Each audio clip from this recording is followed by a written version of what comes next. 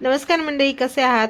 खूप दिवसांनी व्लॉग येत आहे. तर इथे मी मस्तपैकी ज्वारीची भाकरी करणार आहे, कारण की बाजरीचं पीठ संपलं आहे. कारण की मटणच्या भाजीसोबत शक्यतो बाजरीची भाकरी छान लागते, पण इथे आता मी ज्वारीच्या 2-3 भाकरी करून घेतल्या आणि मस्तपैकी उन्नतीने त्यांच्या दोघींसाठी समोसे केले होते. से बिघडले होते, पण टेस्टी मात्र खूप छान झाले होते.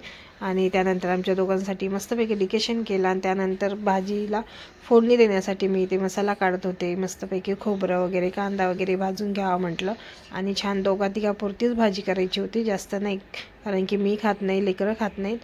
तर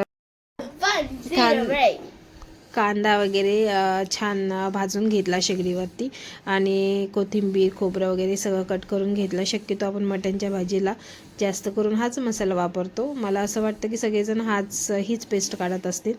तर भाजी खूप छान झाली होती. मस्तपैकी ते मसाला काढून घेतला, छान फ्राय करून घेतला तेल सुटेपर्यंत आणि मस्त अशी भाजी केली. खूप जास्तही नाही केली, थोडीशीच केली होती, कारण की उद्याच्याला शनिवार आहे, त्यामुळे आज संध्याकाळपुरती संपेन अशी भाजी केली होती. आणि भाजी पण खूप छान टेस्टी झाली होती. तर मस्तपैकी भाजीही खूप छान झाली होती. त्यानंतर मग आम्ही भाजी खात नाही, आई आणि मी आमच्यासाठी पनीर आणि मंचुरियन आणलं होतं. त्यानंतर मस्तपैकी जेवण केलं आणि अशी झाली माझी संध्याकाळची रुटीन. तर कसं वाटलं ब्लॉग नक्की